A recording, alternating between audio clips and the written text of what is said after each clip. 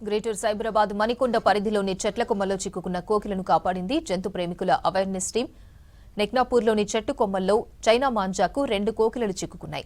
పక్షి ప్రేమికులు గమనించి జంతు ప్రేమికుల అవేర్నెస్ టీంకు సమాచారం ఇచ్చారు. 5 గంటల పాటు ఆ కోకిలలు చెట్టుపైనే మాంజాలో చిక్కుకుని అల్లాడిపోతున్నాయి. మార్నింగ్ వాకర్ గమనించడంతో ఈ ఘటన వెలుగులోకి వచ్చింది. మాంజాతో ప్రజల ప్రాణాలతో పాటు జంతువులు, పక్షుల ప్రాణాలకు ముప్పుగా మారిందంటున్నారు స్థానికులు. अच्छा ये उड़ गया इसलिए नहीं है परित बन गए उसके टाइट हो गया। वेरी गुड साला चाइना का मांझा है। गवर्नमेंट इतना बंद करी ना साहब इसको फिर भी वो यूज कर रहे हैं। नहीं ऐसा नहीं वो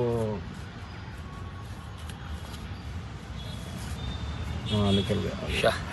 मैं मेरे हाथ से छोड़ता रहे बेटा। नहीं हो सकते। नहीं अब उड़ता। अरे वही तो पर इसके लिए तो अटका था वो। देख आधे पर बंद हो गए थे उसके। नहीं उड़ा तो पकड़ लेंगे। नहीं उसको थोड़ा वो ये करते हैं उनके हिसाब से करो।